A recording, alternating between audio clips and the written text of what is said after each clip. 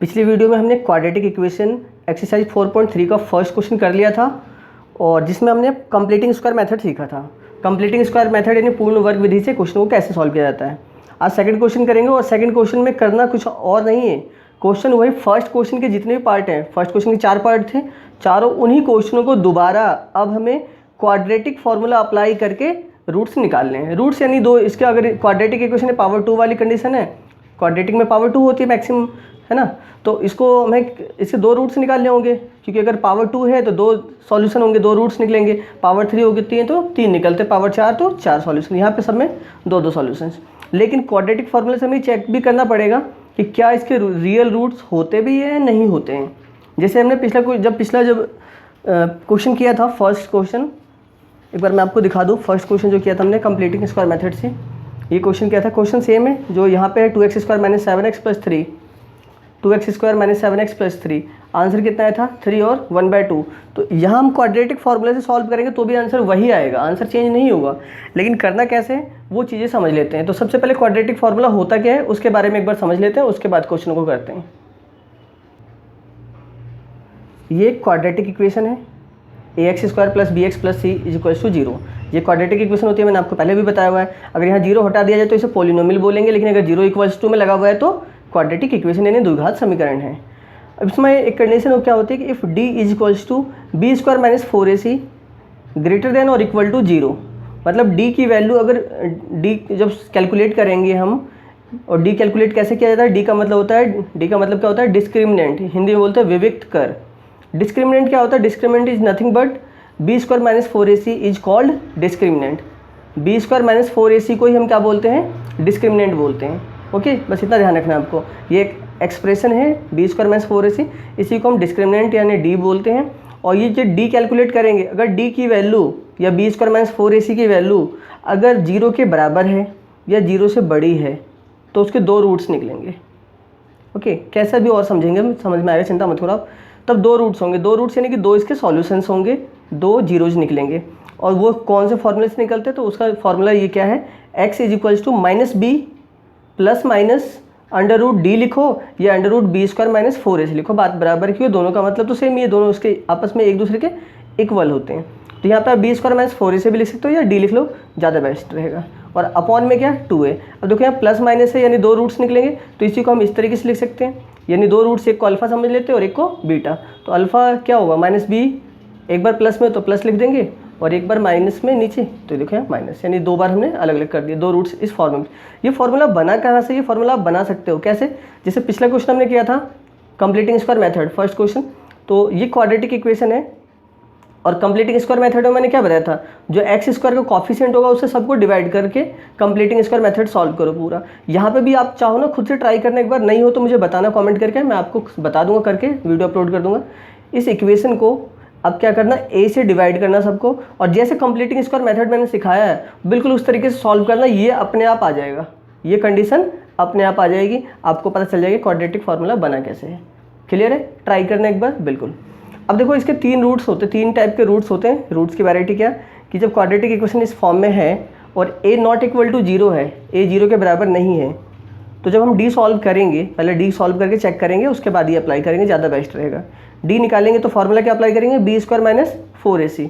अगर d की value 0 से बड़ी आई, d की वैल्यू कैलकुलेट करने पे यानी इसको सॉल्व करने पे 0 से बड़ी वैल्यू है, तो उसके 2 अनइक्वल या उसी को हम बोलते हैं डिस्टिंक्ट, अनइक्वल का मतलब 2 अलग अलग रियल रूट्स होंगे, वास्तविक हल होंगे, वास्तविक मूल, और दोनों विभिन्न होंगे, यानी 2 अलग अलग आंसर। जैसे पहला क्वेश्चन हमने अभी बताया ना मैंने कि 1/2 और 3 आंसर आया था, तो 2 अलग अलग है ना, तो उस केस में डी की वैल्यू क्या आएगी, 0 से बड़ी आएगी। लेकिन जब हम डी की वैल्यू निकालेंगे यानी बी स्क्वायर माइनस 4ac वाला फॉर्मूला अप्लाई करके, और वो 0 के बराबर आ जाए यानी डी की वैल्यू ही 0 आ जाए, तो 2 इक्वल रूट्स होंगे, यानी कि इक्वेशंस के दोनों जो आंसर होंगे दोनों सेम होंगे। ओके, या उसी को हम बोल सकते हैं कोइंसिडेंट रियल रूट्स के, समान वास्तविक मूल या दो समान हल। लेकिन जब d की वैल्यू 0 से छोटी यानी कि नेगेटिव हो जाए, माइनस में आ जाए d की वैल्यू कैलकुलेट करने पे, तो उस इक्वेशन के क्या होंगे, नो रियल रूट्स, यानी कोई वास्तविक हल नहीं। ये 3 चीज़ आपको ध्यान रखनी है और एक ही फॉर्मूला, इसके बाद आप कोई सा भी क्वेश्चन करते जाओ। और ये ज़रूरी नहीं कि आपको एग्जाम में अगर लिखा हो तभी आप इस फॉर्मूले से करना है कि क्वाड्रेटिक फार्मूला अप्लाई करना है हमें, तो क्वाड्रेटिक करेंगे। अदरवाइज फैक्टराइजेशन मेथड कर सकते हो तो फैक्टराइजेशन भी बिल्कुल आप कर सकते हो, उससे भी आंसर वही आएगा। अगर आप चाहो कंप्लीटिंग स्क्वायर मेथड तो उससे भी आंसर वही आएगा। तीनों मेथड से आंसर सेम ही आते हैं। ओके, बस 3 अलग अलग तरीके हैं क्वेश्चन को सॉल्व करने के। चलिए, अब इंट्रोडक्शन हो गया इस पूरे टॉपिक का। अब क्वेश्चन को करते हैं। फर्स्ट क्वेश्चन लेते हैं, सेकंड क्वेश्चन का फर्स्ट क्वेश्चन। इसको हम क्वाड्रेटिक फार्मूला से सॉल्व करना सीखेंगे। देखो, सबसे पहले आपको ए, बी और सी की वैल्यू निकालने आती है, जो मैंने आपको पहले ही बताया हुआ है। एक्स स्क्वायर का जो कॉफिशिएंट होता है, हम फर्स्ट क्वेश्चन को पहले सॉल्व कर रहे हैं। 2x square minus 7x plus 3 is equals to 0। तो ए की वैल्यू क्या होगी? ए की वैल्यू होगी 2, एक्स स्क्वायर का कॉफिशिएंट। बी की वैल्यू क्या होगी? -7 यानी एक्स का कॉफिशिएंट। और सी क्या होता है? कांस्टेंट टर्म, यानी वो कितना है? प्लस का 3। इसके बाद डी का फॉर्मूला अप्लाई करेंगे, डी निकालेंगे B square minus 4ac। Solve कर सकते हैं। बी की वैल्यू क्या? -7, तो -7 का स्क्वायर कर लेंगे। फिर -4 इंटू ए की वैल्यू क्या है? 2 और इंटू सी की वैल्यू 3। -7 का स्क्वायर करेंगे तो प्लस का 49 हो जाएगा। माइनस इनको को मल्टीप्लाई करेंगे, 4 2 जा 8, 8 3 जा 8 3 जा कितना होगा? 24। इसमें से इसको माइनस करेंगे तो 25 आया। ओके, तो डी की वैल्यू 25। डी 25 आने का मतलब क्या हुआ? डी की वैल्यू 0 से बड़ी है, और जब बड़ी है तो इसका मतलब क्या होंगे? इसके 2 रियल डिस्टिंक्ट या अनइक्वल रूट्स होंगे। तो आप यहाँ चाहो तो लिख सकते हो कि डी ग्रेटर देन 0। डी क्या है? 0 से बड़ा है। Therefore given equation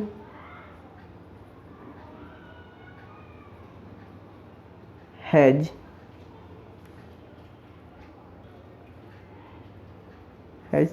two distinct लिखो या अनइक्वल लिखो, बात बराबर है, दोनों का मतलब सेम होता है। Two distinct roots. अच्छा, यहाँ पे एक वर्ड और लिख देना इसमें बीच में, डिस्टिंक्ट रियल रूट्स, वास्तविक हल, इमेजनरी नहीं है, कल्पना वाले नहीं है, जो रियल में होंगे। Given equation has 2 distinct real root. Clear है? यानी कि दिए हुए समीकरण के 2 विभिन्न वास्तविक हल होंगे हिंदी में। अब इसके बाद क्या करना है? आपको फॉर्मूला लगा देना है। x is equals to -b plus minus √d upon में 2a। इस पर वैल्यू पुट कर दो। माइनस, देखो एक तो माइनस यहाँ है और b फिर लिखना है ना, एक तो माइनस ही लगाओ और b की वैल्यू, तो b की वैल्यू क्या? b की वैल्यू भी माइनस है, तो माइनस यहाँ और माइनस में 7। ये माइनस कौन सा? फॉर्मूले वाला, और b की वैल्यू माइनस में इसलिए माइनस लगाया हमने। Plus minus √d। अब d की वैल्यू क्या? 25 अपॉन में 2a। तो 2a की वैल्यू कितनी है? a कितना है? 2। इसको सॉल्व करना आसान है, कर सकते हैं इजीली। क्या होगा? ये माइनस माइनस क्या हो जाएगा? प्लस का 7 प्लस माइनस और √25 है। आप एक काम करो, रूट सॉल्व कर लो, इसका रूट निकालो, कितना आएगा? 5 आएगा, तो इसको डायरेक्ट 5 लिख लो। ओके, बहुत बड़ा 5 बन गया है, समझ जाना आप लोग। और अपॉन में कितना? 4। क्लियर है? अब इसको मैं थोड़ा इधर सॉल्व कर दे रहा हूँ। इसको सॉल्व करेंगे तो एक बार प्लस में सॉल्व करना है, एक बार माइनस में। तो एक बार प्लस सॉल्व करेंगे तो 7 + 5 अपॉन में 4। क्लियर है? तो कितना हो जाएगा? 12 और बटे में 4। सॉल्व करेंगे कितना आएगा? ये 3। और दूसरा एक बार नेगेटिव में सॉल्व करना है, माइनस में, क्योंकि नीचे माइनस भी लगा हुआ है। तो 7 - 5 अपॉन में 4, तो ये आएगा 2/4। That means 1/2। यही तो आंसर आया था, याद है? जब हमने फर्स्ट क्वेश्चन किया था कंप्लीटिंग स्क्वायर मेथड से, यही क्वेश्चन था, यही आंसर आया था। अब उसी क्वेश्चन को हमने सेकंड क्वेश्चन में जब दोबारा करना था, हमें मेथड चेंज करके क्वाड्रेटिक फार्मूले से सॉल्व किया, आंसर सेम आया। तो आप इस तरीके से सारा कर सकते हो, उम्मीद है ना। चलो मैं अगला क्वेश्चन भी करके दिखाता हूँ आपको। बस ये ध्यान रखना, इस तरीके से आप लिख लेना पहले चेक करके। अगर डी की वैल्यू ये जो है ना 0 आ जाए तो भी ये सॉल्व होगा, लेकिन अगर ये वैल्यू नेगेटिव में आ जाए, माइनस में आ जाए, तो फिर आप इस यहाँ स्टेटमेंट लिखने के बाद कि नो रियल रूट्स होंगे, उसके बाद आगे आपको सॉल्व नहीं करना। क्लियर है? क्यों नहीं करना? क्योंकि अगर नेगेटिव नंबर आ जाएगा तो कभी भी किसी नेगेटिव नंबर का रूट्स नहीं निकलता। याद रहेगा? चलिए, वीडियो पसंद आए तो जल्दी से लाइक करो और अगले क्वेश्चन की तरफ बढ़ते हैं। सेकंड क्वेश्चन है क्या? 2x square minus X plus 4 is equal to 0। तो सबसे पहले a की वैल्यू लिखेंगे। a की वैल्यू क्या होगी? 2। पता चल चुका है आपको क्या होता है? एक्स स्क्वायर का कॉफिशिएंट a कहलाता है। x का कॉफिशिएंट, यहाँ पे x का कॉफिशिएंट कुछ भी नहीं, इसका मतलब 1 तो होगा साथ में मल्टीप्लाई में, तो x का कॉफिशिएंट क्या होगा? -1। क्यों? क्योंकि देखो x को अगर मैं 1 से मल्टीप्लाई भी कर दूंगा तो भी क्या आएगा x, लेकिन इसमें क्या माइनस है, तो इसलिए अगर आप ये बोलोगे कि ये माइनस का 1 होगा x का कॉफिशेंट, और c की वैल्यू क्या प्लस का 4, then d is equals to B square minus 4ac, तो b की वैल्यू क्या -1, -1 का स्क्वायर करोगे -4 इंटू a की वैल्यू 2 और b की वैल्यू 4, 1 का स्क्वायर 1 होगा, पॉजिटिव 1 हो जाएगा। इनको मल्टीप्लाई करो कितना आएगा 8, और 8 को 4 से मल्टीप्लाई करेंगे तो कितना आएगा 32। क्लियर है? क्वेश्चन में थोड़ा सा करेक्शन कर लेना, यहाँ ये प्लस है और ये माइनस है, ये क्वेश्चन मिस प्रिंट था जहाँ से लिखा गया है, ये करेक्शन कर लेना। तो b की वैल्यू प्लस का 1 होगी कि c की वैल्यू माइनस होगी। क्लियर है? यहाँ पे माइनस लग जाएगा और ये तो प्लस ही रहेगा। अब इसके बाद इसको जब सॉल्व करेंगे तो 1 का स्क्वायर प्लस का 1 का स्क्वायर तो प्लस ही होगा। अब इसको जब मल्टीप्लाई करेंगे तो 32 तो होगा, लेकिन माइनस माइनस मल्टीप्लाई होगी क्या हो जाएगा प्लस, तो यहाँ प्लस का 33 आएगा। ओके, तो d की वैल्यू आ चुकी है 33, पॉजिटिव है तो सेम वही कंडीशन लिखेंगे। अब d की वैल्यू 0 से बड़ी भी है तो जैसे हमने पिछले पार्ट में लिखा था वैसे लिख देंगे, given equation has two distinct real root.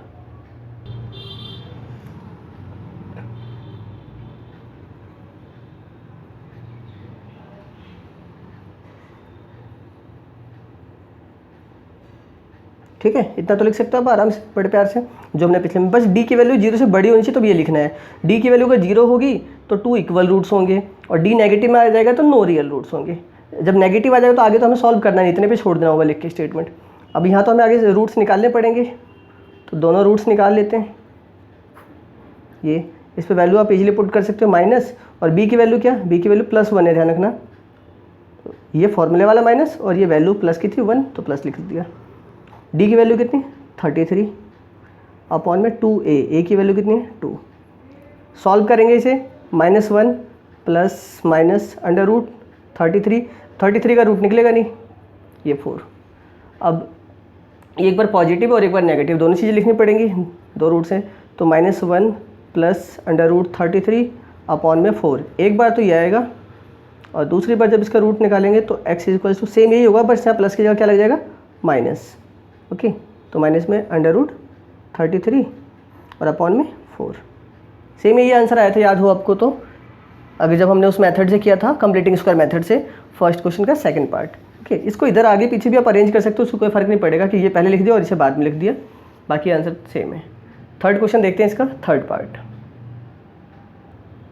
Question जो स्टार्टिंग में 4 क्वेश्चन दिखाए थे, इनमें थोड़ा सा करेक्शन जो किया था हमने, ये प्लस माइनस और ये दोनों प्लस में थे और ये भी प्लस में। ओके, तो स्टार्टिंग में जो आपको क्वेश्चन दिखा होगा वीडियो के स्टार्टिंग में, वहाँ साइन में थोड़ा सा प्रॉब्लम था तो वो मैंने क्वेश्चंस करेक्ट कर दिए हैं, लिखते वक्त कुछ गलत कर दिया गया था।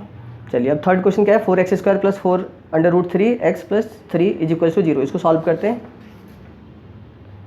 इसको भी सेम वही मेथड जैसे हमने पिछले क्वेश्चन दोनों क्वेश्चन करें। सबसे पहले क्या करेंगे, a की वैल्यू लिखेंगे, तो a की वैल्यू होगी 4, b की वैल्यू क्या होगी 4√3 और c की वैल्यू कितनी होगी 3। d equals to b² - 4ac। अब तो आप फटाफट सॉल्व कर सकते हो। b की वैल्यू कितनी 4√3 का whole square minus 4ac, a की वैल्यू 4 और c की वैल्यू 3। अब देखो इसका स्क्वायर करो, 4 का स्क्वायर करोगे तो 16 होगा, और √3 का स्क्वायर करोगे तो स्क्वायर से रूट कैंसिल हो जाता है, तो कितना आएगा 3। ऐसा ही होगा, 4 का भी स्क्वायर और √3 का भी स्क्वायर माइनस, इनको मल्टीप्लाई करोगे तो कितना आने वाला है 48। इधर भी मल्टीप्लाई करने पे 48, इधर भी 48, तो ये कितना आ जाएगा 0। d की वैल्यू कितनी आ गई 0। जब d 0 है, d कितना आ गया 0, तो हम क्या लिख सकते हैं, given equation has 2 equal roots. Okay, इस इक्वेशन के 2 समान मूल होंगे या समान हल होंगे।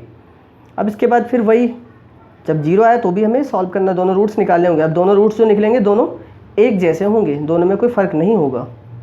जैसे पिछले क्वेश्चन में 2 अलग अलग आंसर आए थे, यहाँ पे ऐसा नहीं होगा।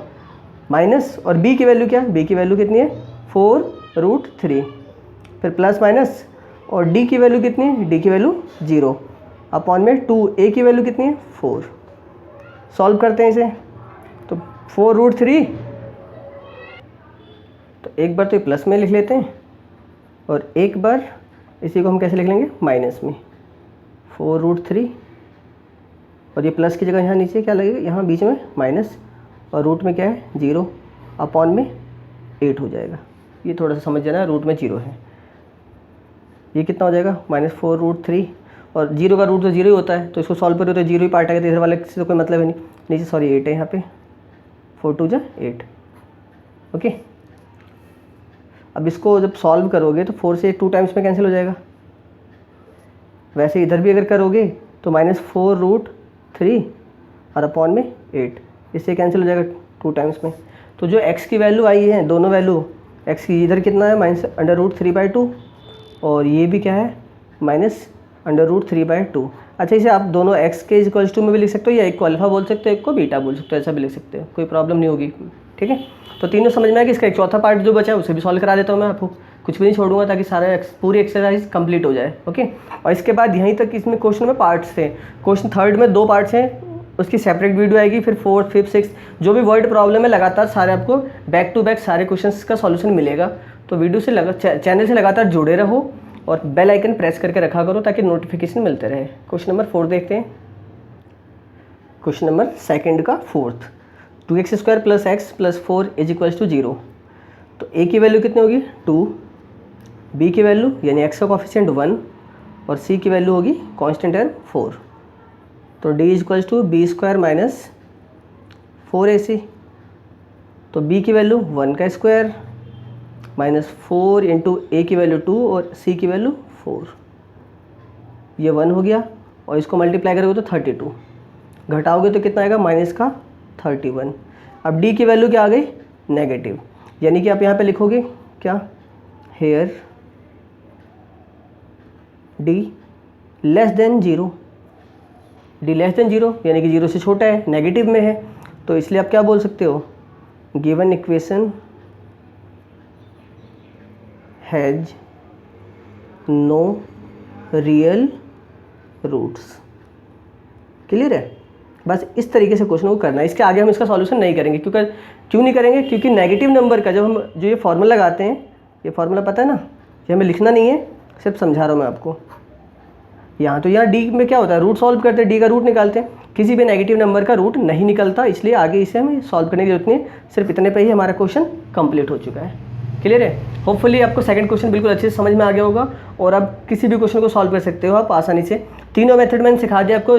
फैक्टराइजेशन मेथड हमने सीख लिया है, कंप्लीटिंग स्क्वायर मेथड सीख लिया है और उसके बाद हमने क्वाड्रेटिक फार्मूला भी लगा के सीख लिया है। तीनों मेथड से किसी भी मेथड से क्वेश्चन को सॉल्व करोगे आंसर सेम ही आएगा। ओके, जिस मेथड से आपका मन करे उस मेथड से एग्जाम में आप क्वेश्चन को सॉल्व कर सकते हो, किसी भी क्वेश्चन को। अगर लिखा ना हो तो, अगर स्पेसिफाई किया हो पर्टिकुलर, पहले से क्वेश्चन में बता रखा हो कि आपको इसी फॉर्मूले से सॉल्व करना है, तब मजबूरी आपको उस पर्टिकुलर फॉर्मूले से सॉल्व करना पड़ेगा। ओके, अदरवाइज तीनों में से किसी से भी सॉल्व कर लो, फैक्टराइजेशन से या कंप्लीटिंग स्क्वायर से या क्वाड्रेटिक फार्मूला से। ज़्यादा बेस्ट है कि फैक्टराइजेशन या क्वाड्रेटिक फार्मूला से सॉल्व करो। ओके, क्वाड्रेटिक फार्मूला से ये होता है कई बार रूट्स निकालने में प्रॉब्लम होती है, कई बार हमें फैक्टराइजेशन में दिक्कत, तो वो सारी चीज़ें यहाँ से इससे जल्दी हो जाती है। तो ये मेथड थोड़ा सा बच्चों के लिए बेस्ट होता है, सबके ही लिए बेस्ट होता है। ओके, चलो मिलते हैं नेक्स्ट पार्ट में क्वेश्चन नंबर 3 के साथ। ओके, फर्स्ट सेकंड हो गया है और थर्ड क्वेश्चन करेंगे। उसके अलावा क्वाड्रेटिक इक्वेशंस की एक्स्ट्रा क्वेश्चन जो आर.डी. शर्मा के हैं उन क्वेश्चंस की वीडियो भी आ रही है, तो आप लगातार उतने भी देखते रहो वर्ड प्रॉब्लम की वीडियोज़। ओके, चलो नेक्स्ट वीडियो मिलते हैं।